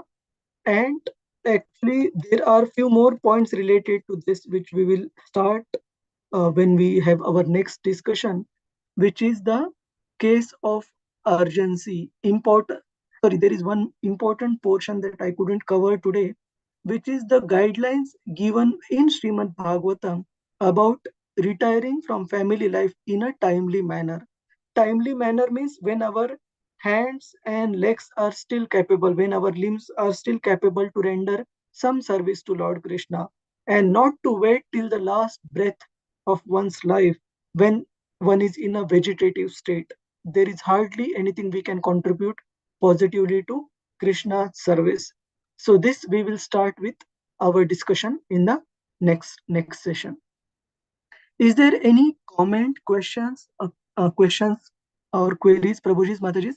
Rohini, Mataji, you can share the link on the group chat. Okay, Prabhuji. Okay. Are there any questions, comments, Prabhuji's, Mataji's on today's discussion? Just to recap, we discussed about how Vidura, after he being accorded a very grand welcome by Maharaj Yudhishthira and a very nice hospitality, he began to speak, and his talk was combined one to Dhritarashtra, Gandhari, Yudhishthir, other Pandava brothers and other members of the family.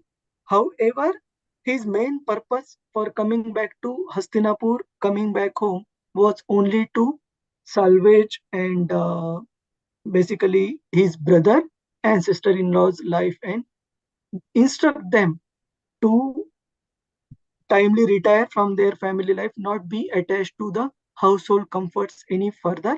And in order to do that, Vidura had to be really stern and strong in dissecting Dhritarashtra's attachments. And later on, we will see what is the guideline of Srimad Bhagavatam. How did Vidura, along with Dhritarashtra and Gandhari, left the palace of Maharaj Yudhishthir in the middle of the night without informing any relatives. And Yudhishthir Maharaj, being a great soul that he is, he starts thinking that it is because of me not taking care of them properly that they have left. And he starts lamenting greatly. And subsequently, Narada Muni, how he shatters this misunderstanding from Yudhishthir Maharaj's side, saying that whatever has happened for the good, and Vidura has taken them for their own good. So don't consider yourself to be the cause that you haven't taken care properly and all that. And with this, the chapter would conclude after Narad Muni shattering Yudhishthir Maharaj's lamentation. Okay. So are we going too fast, Prabhuji's, Mataji's?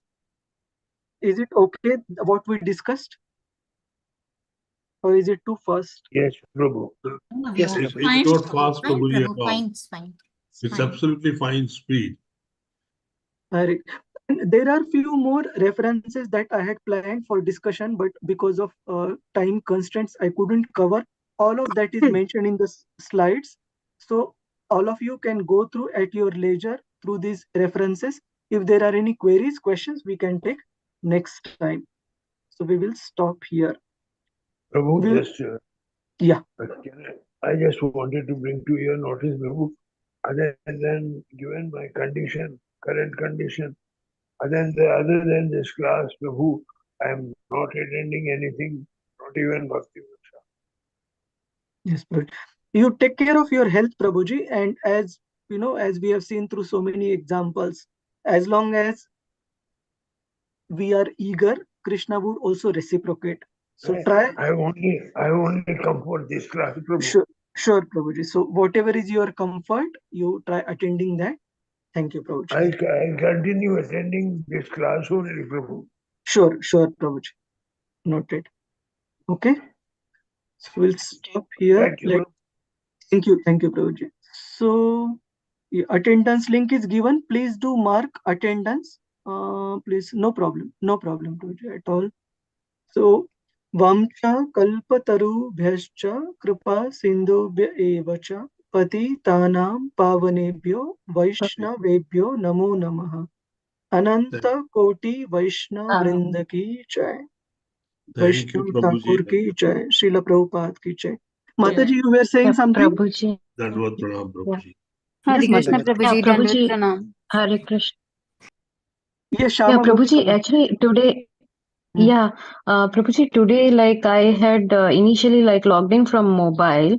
So I wanted to log in from my laptop so that it is easy for me to, switch on the video. But then I was not able to because it was logged. So is it going to be like this, Prabhu, later? No, don't worry. So I think I had asked, maybe I won't ask them next time. Don't worry. Okay. Hare Krishna, Hare Krishna. Janmashtami. Janmashtami. Yes. So let's do Happy those announcements. Janmashtami, everyone. For Janmashtami, do we have any announcements from temple side, Mataji? Hare Krishna. Prabhu, Sir, some were asking about fasting. Hare Krishna, Prabhu. Some were Huh. asking about fasting. Fasting is okay. First and foremost, Janmashtami is tomorrow for India, and the fasting is till midnight. So I've Midnight. got messages, so I just thought I will tell that. And other Prabhu, information we'll share in the group, Prabhu. Prabhu Okay. Ramanishta Das Prabhuji has conveyed that those who are staying in Tamil Nadu, Karnataka, and Kerala can visit the temple again on Janmashtami if possible. Wow. I am also feeling like visiting. He would take care of everyone that visits the temple So nice. without any charges. Sure thing, Prabhuji. So all the devotees who are in these regions, if possible, please do try consider visiting the temple and celebrate Janmashtami at Prabhu, Shri and Radha Prabhu, Gopal. we were Yes. before the Janmashtami, we were blessed today. Ramanishta Prabhu was there in the class just before you came. Oh, is it? Is it? Yes. Okay. Yes, Yes, Prabhu. Prabhu. In the beginning, for 5 minutes, he was there. So Oh, I missed it. we could take his blessings for the Janmashtami. Sure. And just for all of your information, I have also spoken with Atul Krishna Prabhuji when I was in Mangalore recently. And we would also try to bring in Atul Krishna Prabhuji in between to take guest class for Bhakti Vaibhav. But I have to check Prabhuji's availability. I'll come back on that. Okay. Namanishta Prabhuji suggested, and it would be a very nice if we can get Atul Krishna Prabhu in between whenever Prabhuji is available. And Ramanishta Prabhu also, Prabhu, we are missing him. I will try Prabhuji. Prabhuji has been quite busy because of the temple construction and inauguration. So let me check Prabhuji's availability. I will try for that also. Yeah, maybe later, Prabhu. Yeah, I will try for that. But we have missed him for a very long time. Sure, Prabhuji. Let me check. Okay. Thank you, Prabhuji's Mataji's. Hare Krishna. Hare Krishna, Prabhu. Thank you very Hare much. Krishna, Hare Prabhuji. Krishna. Hare Krishna, Prabhuji, Hare Dandavat Krishna. Pranam. Hare Krishna Thank you. Prabhuji, Hare Dhawas Krishna. Pranam Hare Prabhuji. Krishna. Dandos, Hare Krishna. Happy Janmashtami to everyone. Happy Janmashtami in Happy advance. Janmashtami.